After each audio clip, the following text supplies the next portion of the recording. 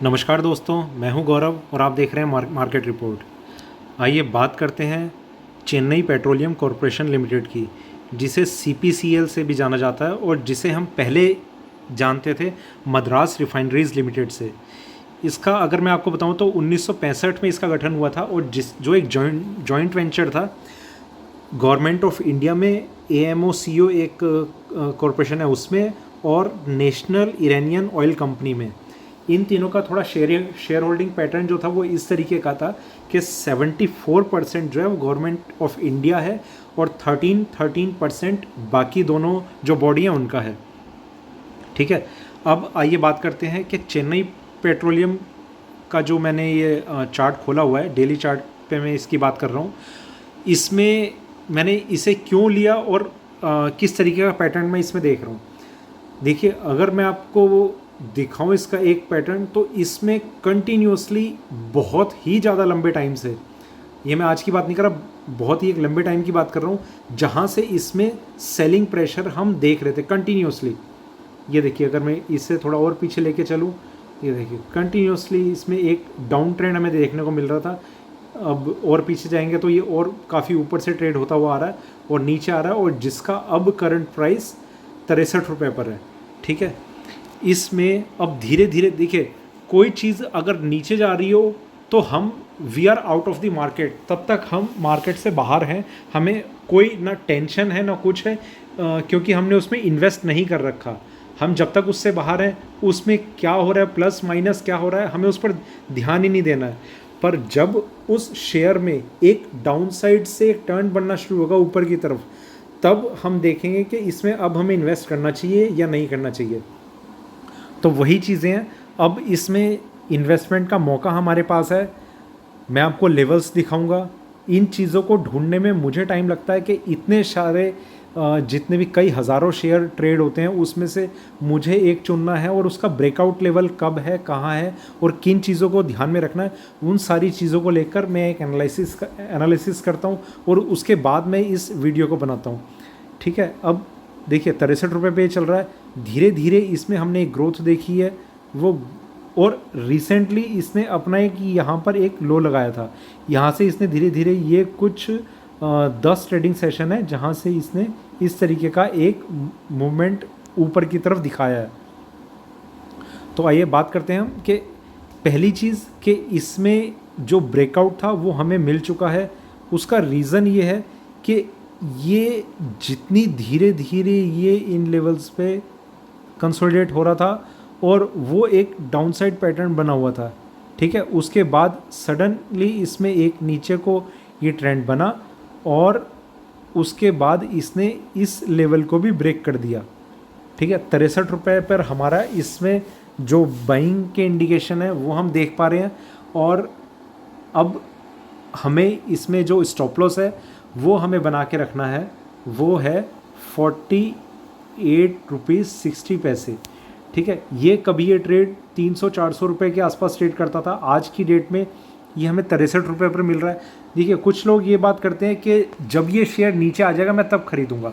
वो नीचे आने का कभी कोई लेवल नहीं होता। कोई शेयर आज 400 रुपये पर ट्रेड कर रहा है और कल को वो अगर 200 रुपये पर ट्रेड करेगा तो वो उसका निचला लेवल नहीं होगा, वो उसका नीचे का लेवल नहीं होगा। हो सकता है ये 200 का लेवल भी उसका एक साल का सबसे हाईएस्ट लेवल हो। ठीक है, जैसे अगर मैं इस स्टॉक की ही बात कर लूँ तो इसने यहाँ पर ये हाई मारा था 160 रुपये के आसपास, तब से इसमें कंटिन्यूसली हम एक डाउन साइड देख रहे हैं, और धीरे धीरे इसमें अब एक मूव आना शुरू हुआ है ऊपर की साइड पर। तो ये 200 रुपये पर 200 रुपये भी 400 रुपये से लगभग आधा था, पर वहाँ पर हमने बाइंग की बात नहीं करी। बाइंग की बात हम यहाँ पर कर रहे हैं जब ये यहाँ से नीचे से ऊपर आना शुरू हो रहा है। अब अगर आप अभी किसी से बात करोगे जो एक बिगनर्स होगा, मतलब एक बिगनिंग कर रहा होगा स्टॉक मार्केट में, जो शेयर्स की थोड़ी बहुत नॉलेज लेने की कोशिश कर रहा होगा, वो ये बोलेगा कि नहीं यार, ये शेयर 50 रुपये पर था, आज ये 63 पे आ गया, यहाँ पर मुझे खतरा है लेने पर।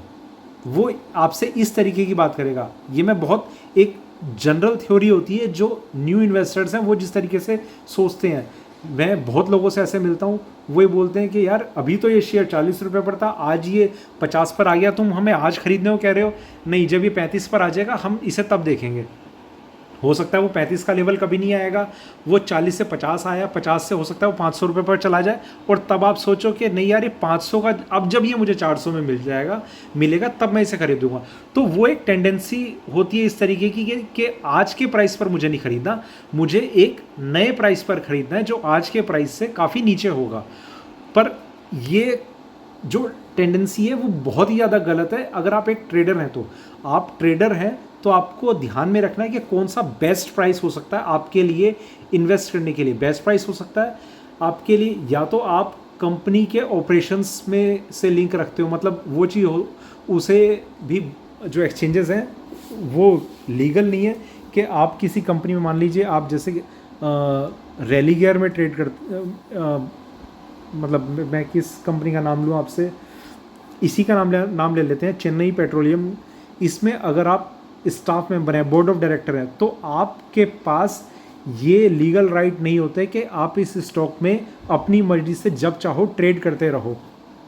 तो वो थोड़ी बाउंडेशन है।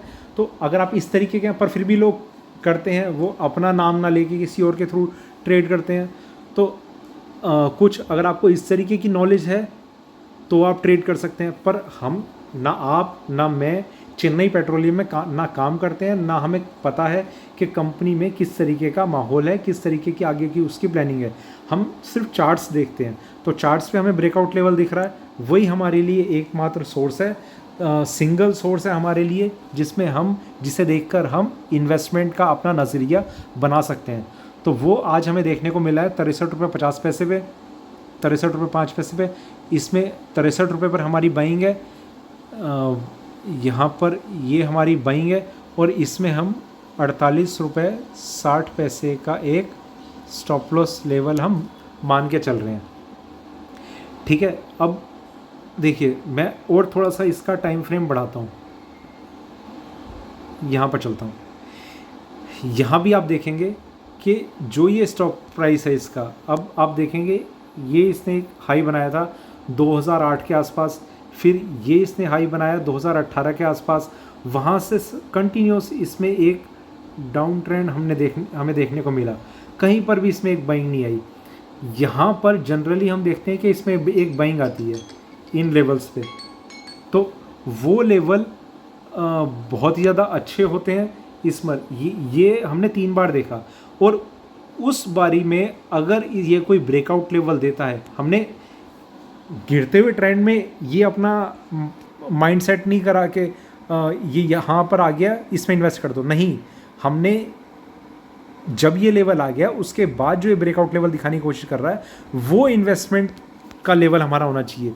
जैसे कि अगर मैं बात करूँ, यहाँ पर हमारा एक पॉइंट होता इन्वेस्टमेंट का इस लेवल पे, और यहाँ का स्टॉप लॉस होता, क्योंकि यहाँ भी हम इसी तरीके का पैटर्न देखते, जनरली ये यहाँ पर आता है और ब्रेकआउट देता है तो ये ऊपर जाता है, यहाँ आया तो ये ऊपर गया, इसने इस लो को ब्रेक नहीं करा। तो यहाँ पर मैं आपको इसी चीज़ को बता रहा हूँ कि 63 रुपीज़ पर है, और ये यहाँ से टर्न मारता है ऊपर की साइड में इस तरीके से, और ये अगर इसी पैटर्न पे चलता है तो बहुत ही अच्छे लेवल पे हमारा जो इन्वेस्टमेंट है वो हो रहा है, और हमें आने वाले टाइम में एक बहुत अच्छा रिटर्न मिल सकता है।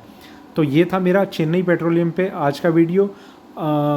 ऐसे वीडियोस मैं बनाता रहता हूँ अलग अलग शेयर्स पे, जहाँ पर भी मुझे कुछ ब्रेकआउट लेवल या पैटर्न कुछ इस तरीके का मिलता है कि आपको इन्वेस्टमेंट का एक बहुत अच्छा मौका मिल सकता है, तो उस पर मैं वीडियो ज़रूर बनाता हूँ। अगर वीडियो अच्छा लगा हो तो लाइक कीजिए, शेयर कीजिए, और कुछ अगर आपको इसमें कुछ भी कमी नज़र आती है, मेरे किसी वीडियो में कुछ भी अगर आपको कमी नज़र आती है तो वो आप मुझे बताइए, कुछ अच्छा लगता है तो वो आप मुझे बताइए। ये मेरे लिए एक मोटिवेशनल फैक्टर रहेगा कि मैं ज़्यादा से ज़्यादा वीडियो बनाऊं आपके लिए। तो बने रहें मेरे साथ, देखते रहिए मार्केट रिपोर्ट। धन्यवाद।